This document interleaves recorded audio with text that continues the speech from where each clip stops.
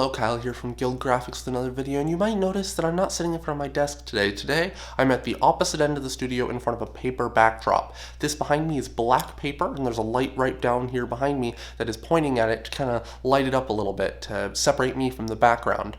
And using paper backdrops is a very cool way to take your photos to a whole nother level of professionalness. I've used it a lot for portraits, actually. I love shooting on gray and black for portraits. I've also done some shots on white, but my preference is to use gray or black paper for portraits.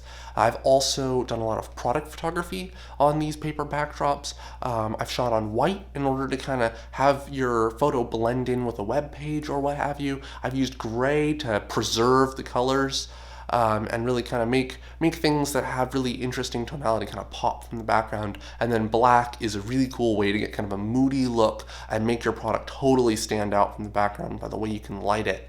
Now, you can do a lot of different things with these paper backgrounds. I love them because you can put them underneath your model or your product in order to get a seamless look. Paper is so useful because if it gets damaged, you can just cut it off.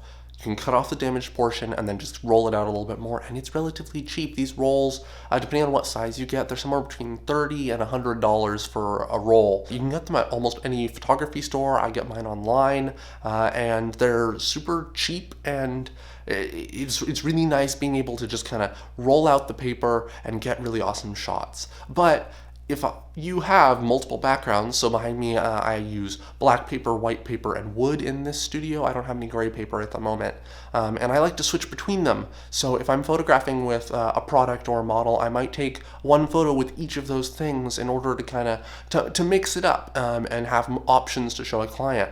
And so one of the great things about having this paper set up is that I can easily roll and unroll it.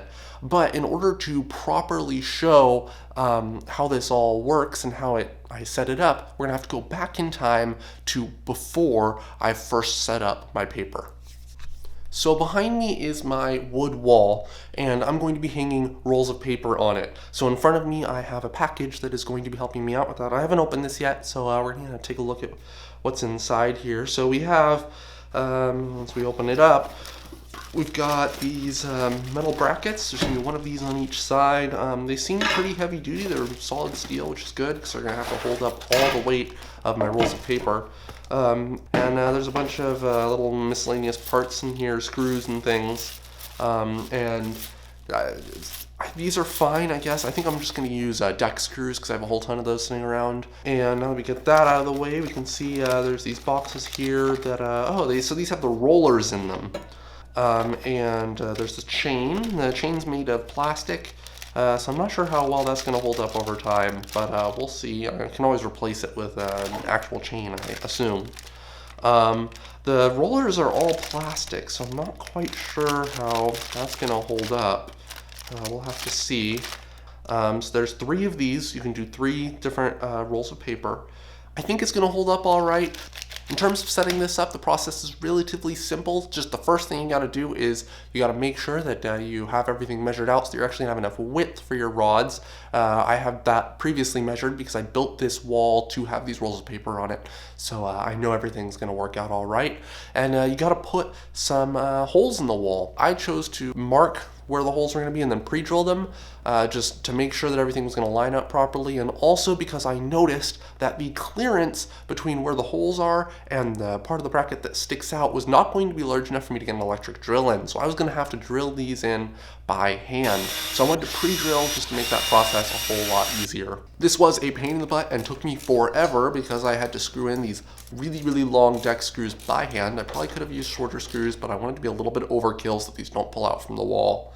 But once you have them up, that's all the real installation that you have to do other than putting your rods of paper up. So I put the roller up on the left side, and then I put the right roller into the paper, and then I got up on my little step ladder and I stuck the paper roll onto the roller that was on the left, and then hung the right roller. The other thing that you have to keep in mind is once you put it up, you actually have to tighten these knobs in order to get the inside of the roller to expand to grip onto the inside of the roll of paper.